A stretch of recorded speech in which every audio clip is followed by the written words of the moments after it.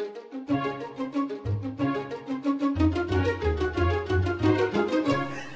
I'm Lorie Marrero, creator of the Clutter Diet Book and online program, and today's Clutter Video Tip is about garage cabinets.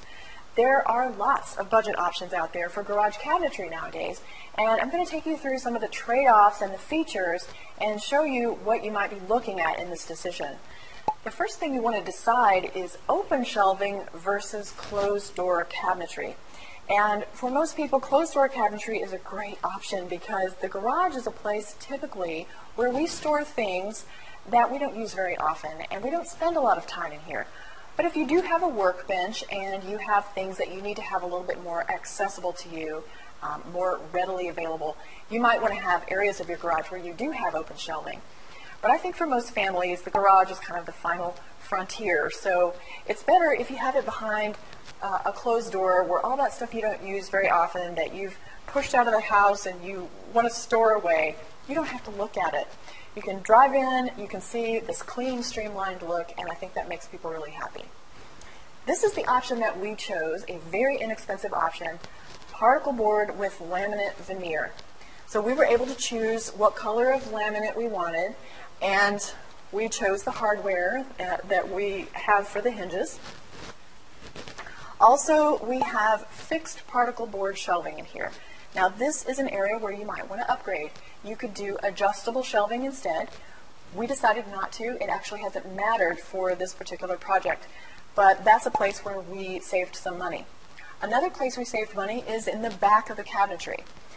This is the sheetrock wall of the garage that you see back there. It's attached directly to that. There wasn't a cabinet facing built for the back of the cabinet itself. It didn't matter to us because my philosophy is it's just a garage. So this worked really well. Another thing to notice, though, that I might do differently if I were to upgrade or change these cabinets out is the bottom of the cabinets. You know, you can have an option where you have your cabinets raised up on legs, and as you see in this picture, our cabinets go all the way to the floor with the particle board cabinet facing.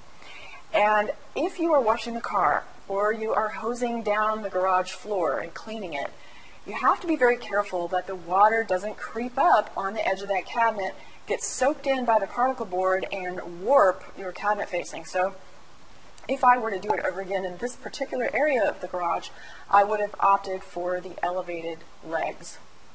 Another thing to point out about this cabinet, by the way, is that there isn't a center beam here to disguise the gap between the two double doors. And to fix that, they added this cosmetic piece to close that gap so that we were still able to have this wide open space to easily put anything into the cabinet.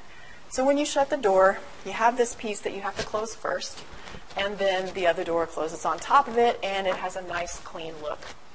This was the most inexpensive route. You can certainly go up from there. You can have slat wall put on the walls and have everything fastened onto it and configurable. But again, for most people, it's just a garage. If you need help making this decision, we have an online program where we help people for free for 14 days, and you can get unlimited access in our member message boards from our team of certified professional organizers. You can learn more at clutterdiet.com/learn-more. See you next time, and may you always be happy and grateful for having more than enough.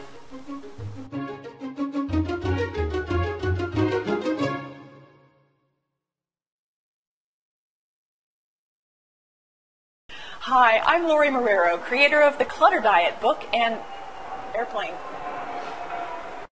So you can spend money on a garage, or you can take some of that money and spend more in your closets and your pantry and other areas that your family